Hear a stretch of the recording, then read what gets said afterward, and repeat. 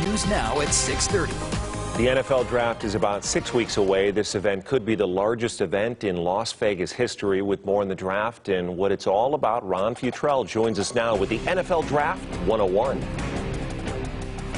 I like that new open we have there for it.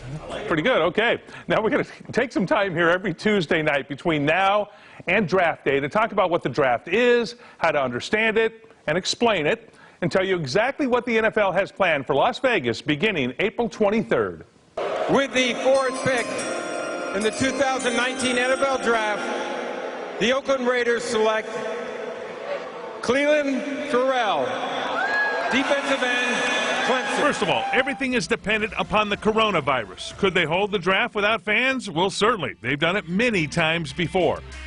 Now, the first NFL draft was held in Philadelphia in 1936. The Eagles and some other teams at the time complained that the best players were going to the best teams, so the league came up with a plan to let the worst teams choose first. The plan they have is still in place today. The draft was important, but almost invisible back then, until the 1980s. Then the draft was held at a New York hotel, the Sheraton, for the first time. It was broadcast on TV, that new TV network called ESPN. In the 90s, it moved to Madison Square Garden, and crazed fans were allowed to watch. And then in the 2000s, the site was Radio City Music Hall. By 2010, more people were watching, and the draft was moved to prime time, competing with all the best shows on TV. And it actually held its own against CSI and Survivor. Then, after 65 years in New York City, the 2015 draft was moved to Chicago. Why? Because the NFL figured out that it could make money off cities bidding for the draft and paying for the product. Well, it worked tremendously.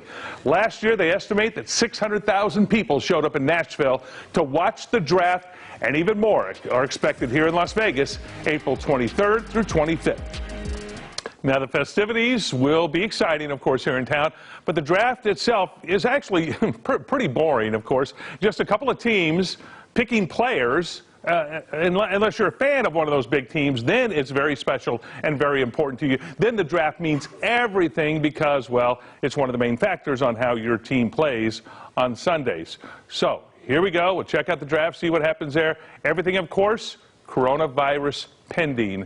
We have to add that in there, Brian, don't we? That's true, yes. Ron. Yeah. And not boring for the families of those players. Oh, they are sitting on the edge of their seats, and they are amped up. Thanks, Ron. Clouds and rain.